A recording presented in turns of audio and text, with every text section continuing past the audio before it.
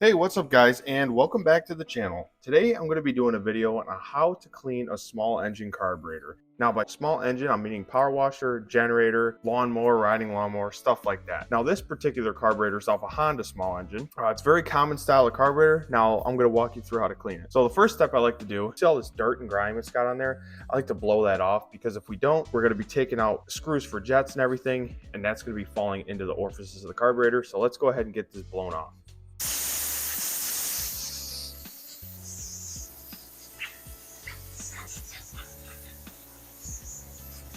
Just nice and clean, just like that. You want to get all that dirt and grime off the surface. Okay, so for this next step, what I like to do is just disassemble the carburetor. I like to start by taking off the float bolt. On these Honda carburetors, it's usually a 10mm bolt on the bottom. Loosen that up. You can take this float bolt right off. Sometimes these can be stuck on there. You just give it a little tap around the edge. You can see that mine popped off. It wasn't stuck or nothing. And then now you can see inside that carburetor. This one's not too bad, but don't let the float and the float bolt deceive you. There's probably something clogged up in here. You can actually see some gelled up fuel right there, right about where my thumb is. You can see me moving it there. That small piece right there, that's enough to clog a carburetor up. Okay, so now I'm working on taking out the main jet. You can see it down there, and it's got a flathead on it. For this step, you need a flathead screwdriver, and a lot of times the flathead screwdriver won't fit down in this channel, and what you'll have to do is just grind down the sides of this so it will fit in this hole here. Or what you can do is just buy a thinner flathead. Make sure when you're doing this, you've got pretty good pressure on that jet. They're easy to strip out. So if you're stuck in a situation like I am, the main jet right now, it's loose. You can see I could turn it, no problem, but it's actually not coming out of the hole. You could try tapping on the top. That sometimes works it out, like it did in this situation. Tap on the top, it'll come right out. Good look at our main jet there. You can see that light through the hole there. That's all that fuel has to go through there. So it's not a very big hole, as you can see. Now you can see how easy it is for that to get clogged up. We'll just put our main jet to the side as long as our float bowl and our float screw. Just try to keep organized as you're doing this. Remember, right now all we're doing is disassembling it. Next step, you'll want to remove your float. Just this pin here, push it to one side, pull it out, set it to the side, and your float will lift right out. Now keep in mind when you're lifting this out, there's going to be a needle attached to it. See that needle right there. Make sure you don't drop that and lose that. Very important. So that's it for the bottom side of the carb. Next step, we want to get our pilot jet out. It's under this Phillips head screw. You can see the idle set is in the way, so we're going to have to pop that out real quick.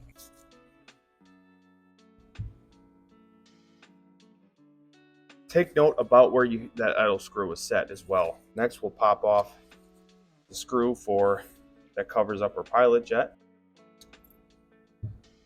This here is just a screw. So you can set that to the side. Now, if you look down in there, you can see the pilot jet. And I don't know if you can see it, but there's actually a whole lot of gunk stuck in there. And that is our problem. Now, some of these pilot jets do come out. You can actually unscrew them with a tiny flathead screwdriver. This one does not. So what we're gonna have to do is run a wire through there to clean that out. So the main goal of the disassembly process is, what I like to do is every screw I see, everything where I can get access to, I like to take out and set it to the side and clean those separately, and clean the actual carburetor body as well. All these holes here you want to you want to blow all these out real good with carb cleaner and then compress there as well. Let's move on to that step. So for the next step, you're going to want to have carb cleaner or brake clean. I prefer carb cleaner. It does a better job at getting the varnish and the gunk out than brake clean, but brake clean does work as well. Now, every hole you see in this carburetor, you're going to want to take the tip of your carb clean, put it in, and spray. Now you can see it coming out that hole. Every hole you see pretty much will have a patch that's going through and out of the carburetor. Now the goal is when you're spraying these is to see your carb cleaner coming out another end. So let's go ahead and take this hole, spray it, and you can see right there we're coming out.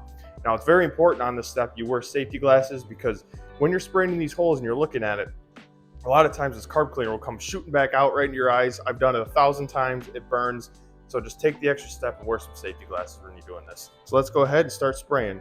We want to spray through where our main jet was. See, we got fluid coming out here, which is a good sign. Spray this hole here, which is actually capped, but I like to be extra careful. Where our pilot jet is, go ahead and spray that. Remember how clogged this one was? Where our float needle sits, you'll see it come out this, where the gas goes into the carburetor.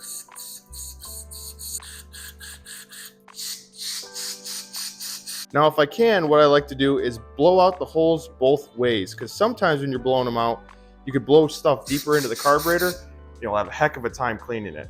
Okay, so we got this all blown out. You can see that carb clean is pretty aggressive on the gloves. It shrivels them up pretty good. What I like to do next is some people just spray carb clean and call it good. I actually like to take compressed air and blow out all these holes. It adds extra insurance because it sucks when you just spray it out, you put it on back on the machine and it doesn't run, or it runs the same. The most important thing I think in this step is to get a nice air nozzle and blow out all these holes you see. High pressure air will blow out any remaining gunk or varnish. So you can see this is the air nozzle I like to use. It's actually perfect for this. You want to take the same step you did with using the carb clean with the air gun, blow out all the holes. You guys see that? I'll show you that in a minute. All right, that's good, all blown out. So you might have seen when I was blowing out that carburetor that this actually shot out where the main jet sits. Now what this is it sits up where the main jet threads into, and this kind of keeps it in place. This sits in there. I don't know the exact name of it, but you can see there's a bunch of holes in there. So we want to get those cleaned out too. Let me take you back over to the bench and show you what's going on. Okay, so if you've got a carburetor that's really plugged up, you want to take something and feed it through these holes, but you'll notice a lot of these holes are super small. A lot of guys will use torch tip cleaners. Those work great. What I like to use for the really small stuff, and excuse how absolutely disgusting my wire brush is, I actually don't know what all that's from, but what I like to do is these wires from these wire brushes are absolutely perfect for these small holes. And it's really notable on pilot jets and these as well, because the holes are so small and if they're plugged up.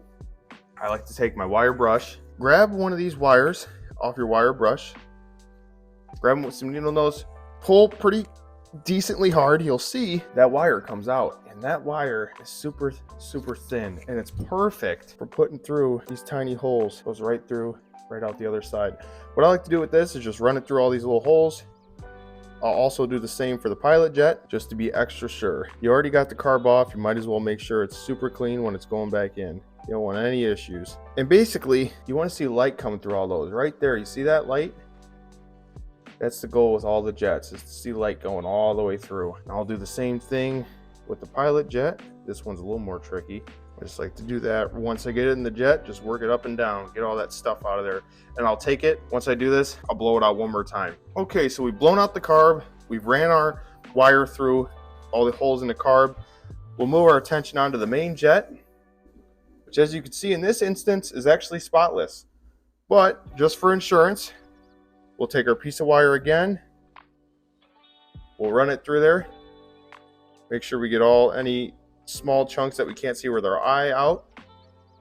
We'll take our carb clean again, put it in the nozzle and spray. You can see we had really good stream out of that, so that's clean. Next, I like to take my float bowl, spray some carb cleaner in there. Make sure we get any chunks of anything, any dirt, chunks out of there real good. Looks brand new. So I'd like to take a minute. A lot of times, I'm really lucky on this case. I just had a little bit of clog in the pilot jet. A lot of times you'll have really bad buildup in this float bowl.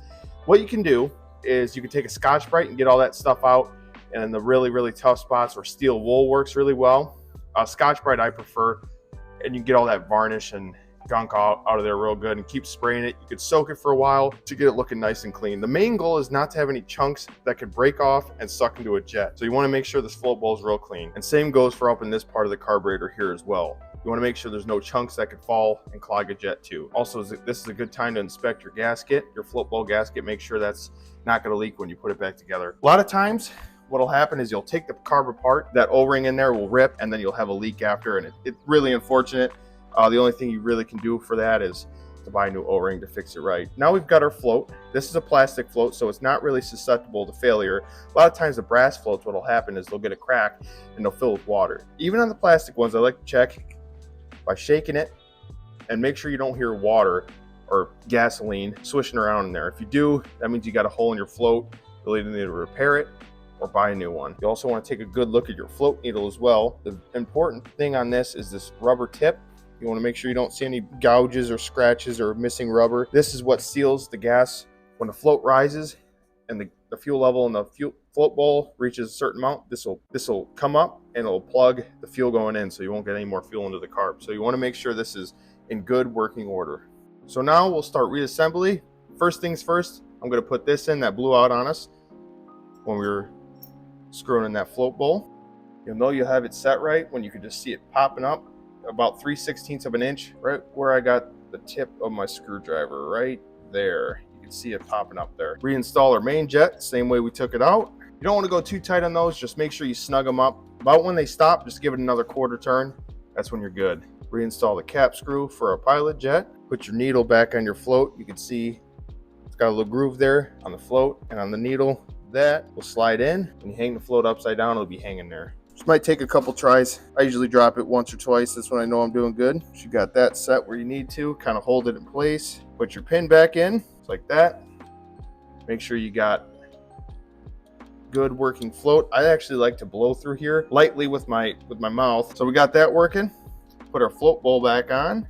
These float bowls can be directional, by the way. Directional meaning if you put it on, usually they go on anyway on the carb on these small ones, but if you put it on, it actually won't go on the machine right because something's hitting.